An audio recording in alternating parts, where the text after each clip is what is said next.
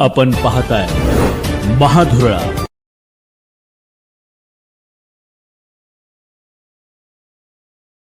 ज्या गोष्टीचा उल्लेख सागरने केला आणि आमच्या सगळ्या लोकांनी केला की काही दिवसापूर्वी काही चुकीचे शब्द वापरले गेले, काही चुकीचं वक्तव्य केलं गेलं, ज्याचा आज पेपरमध्ये उल्लेख आला। मला एवढंच सांगायचं आहे की जे शब्द वापरले गेले त्याच्यावर लक्ष देण्याऐवजी ते शब्द का वापरले गेले याच्यावर सज्जन मला असं वाटतं की जास्त लक्ष दिलं पाहिजे। का वापरले गेले माहिती आहे का? आदरणीय शरदचंद्र पवार साहेब सभेला इथं येतात। महाराष्ट्रामध्ये कुठंही पवार साहेब प्रवेशाला आणि सभा घ्यायला कुठंच गेले नाही। कागलमध्ये एकमेव पहिलं उदाहरण ते आले। त्याच्या आधी जयंत पाटील साहेब आले, परवा सुप्रियाताई पुण्याच्या मेळाव्यात आल्या, पुढच्या मेळाव्यामध्ये जितेंद्र आव्हाड साहेब, सचिन अहिर साहेब सगळीच आहेत। एक समजून घ्या की ज्यांनी जे काही चुकीचे वक्तव्य केले ते का केले? कारण एक काळ होता की हे सगळं त्यांचं कुटुंब होतं। मी आता काय शब्द वापरतोय, काय बोलतोय शांतपणे ऐका। एक काळ होता जेव्हा हे सगळं त्यांचं कुटुंब होतं। आदरणीय पवार साहेब त्यांना आपल्या चिरंजीव सखे वागवायचे, चिरंजीवच होते। सुप्रियाताई त्यांना धाकट्या भावासकं राखी बांधायचे, थोरल्या भावांसकं राखी बांधायचे, बरोबर का नाही? सुप्रियाताई राखी बांधायचे, हे संबंध होते, हे नातं होतं। राजकारणामध्ये आपण निर्णय वेगळे वेगळे घेऊ शकतो, पण त्यांनी केलं काय? त्यांनी या नात्याचा सौदा केला, बरोबर शब्द आहे। या नात्यांचा सौदा केला, या नात्यांची डील केली ईडी आणि पालकमंत्री पदाच्या तुकड्यासाठी, बरोबर डील केली, या संबंधांचा सौदा केला। आणि मला अंदाज आहे हे सौदा केल्यामुळं त्यांना आता एकंदरीत रात्री झोप येत नाही। ही झोप नसल्यामुळं असे चुकीचे शब्द येतात, कारण त्यांना आता त्यांचं आत्मचिंतन व्हायला लागलं की मी मोठी चूक केली। हे सगळे संबंध गमवून ज्या गोष्टीसाठी मी तिथं गेलो हे माझ्यासाठी फार चुकीची गोष्ट आहे। आणि ते जे राग आहे, फ्रस्ट्रेशन, समरजी घाटगेपेक्षा मी माझे संबंधांचा सौदा केला, माझ्या निष्ठेचा सौदा केला, माझ्या वडिलांच्या प्रेमाचा सौदा केला, माझ्या बहिणीचा विश्वासाचा सौदा केला आणि सौदा करून पालकमंत्री पदाचं जे त्यांना कधी आयुष्यात मिळालं नाही, ज्यांनी आतापर्यंत त्यांना दिला त्यांचा विश्वास विकून आज त्यांनी त्यांच्या नेत्याला या उतरत्या वेळामध्ये साथ सोडली, याचा राग आहे।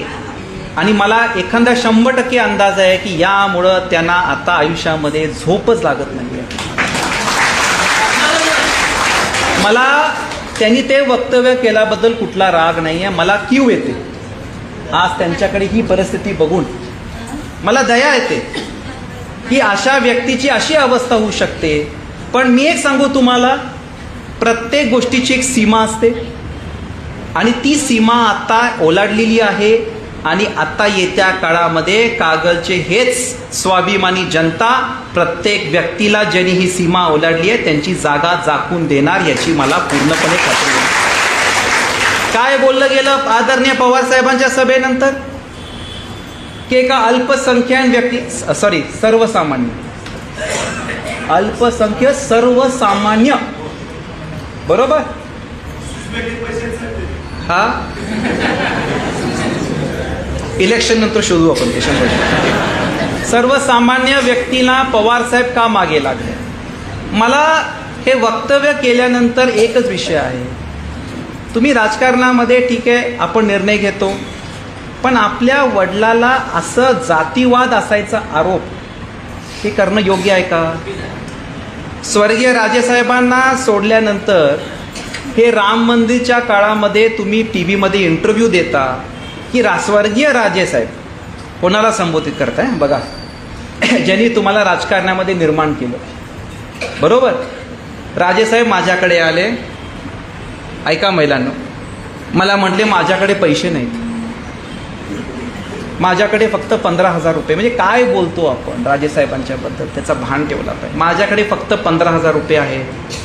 राजेसाहेबांनी मला विनंती केली, मी मला हात जोडतो, मला तुम्ही शासनाचे पैसे द्या, तुमच्याशिवाय हे मंदिर होऊ शकत नाही. अहो, तुम्ही मंदिर बांधलं नाही बांधलं त्याचं श्रेय घ्या, पण स्वर्गीय राजेसाहेबांचा अपमान तर असं करू नका. स्वर्गीय मंडलिक साहेबांची साथ सोडल्यानंतर ज्या सदाशिवराव मंडलिक साहेबांनी तुम्हाला KDC बँकमध्ये आणलं, KDC बँकमध्ये तुमची एंट्री मंडलिक साहेबांमुळे झाली. त्यांच्याच महालक्ष्मी दूध संघाचे पैसे थकले असल्यामुळं त्या महालक्ष्मी दूध संघाचा रिकव्हरीचा बोर्ड त्याच नेत्याच्या घरासमोर लावला का नाही? काय वेदना झाली असेल मंडलिक साहेबांना. ज्या स्वर्गीय कुपेकर साहेबांनी तुम्हाला गडिंग्लजमध्ये ओळख करून दिली, माझा मुलगा म्हणून त्याला मतदान करा, त्यांच्या निधनानंतर संध्या काकींवर जो करताना काकींनी पक्ष बदलला, त्यात पडतील, कोण ठरवणार? हे कोण ठरवणार? आणि आज पवार साहेबांना आपण बोलताय की तुम्ही असं कसं करता. मला आपल्या सगळ्यांना हेच सांगायचं आहे की याचा एक विचार आपण सगळ्यांनी केला पाहिजे.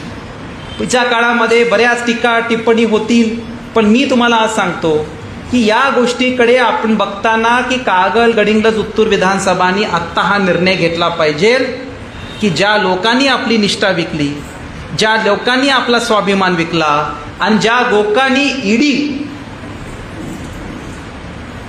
आणि आपल्या पालकमंत्रीच्या स्वार्थापोटी आपल्या नेत्याचा विश्वास विकला, त्यांना येत्या काळामध्ये या जनतेने जागा दिखून द्यायला पाहिजे.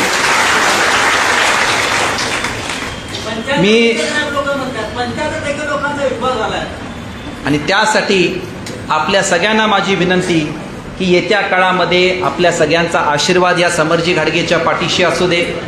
माझ्या नावामध्ये 2 सिंह आहेत, समरजित सिंह, विक्रम सिंह. तुमच्या आशीर्वादाने आणि 2 सिंह मिळाले तर भारतरत्न डॉक्टर बाबासाहेब आंबेडकरचं सत्यमेव जयते संविधानचं एक पद आपल्या सगळ्यांच्या कामासाठी मला करता येईल. इथं आलेल्या सगळ्या लोकांचं मी मनापासून आभार करतो. माझ्या सगळ्या माता भगिनींचा मी आभार व्यक्त करतो. माझी एक विनंती आहे, ग्रुप फोटो घेताना मला ते हातामध्ये पत्र घेऊन असे फोटो काढायचे नाही, बरोबर? सगळ्या आमच्या माता भगिनीवर एक स्नेह मिळावा म्हणून माझ्या आईंवर, माझ्या बहिणीवर मला एक ग्रुप फोटोज काढायचा आहे. कृपया करून ते पत्र घेऊन, जसं काय कुठलं कैदी नंबर असं काही तर केल्यासारखं असं काही फोटो काढू नका. मला काय वाटत नाही, कारण जेव्हा पत्र तुम्ही त्यांच्या हातात देताय आणि ते असे फोटो काढतात म्हणजे त्यांच्यावर तुम्ही उपकाराची भाषा करताय, ते चुकीचं आहे. हेच आपल्याला बदलायचं आहे. कुठला उपकार नाही, आपला आशीर्वाद पाहिजे आणि आपण सगळी आलात त्यासाठी आपल्या सगळ्यांचं मी मनापासून आभार व्यक्त करतो आणि थांबतो. जय हिंद, जय महाराष्ट्र.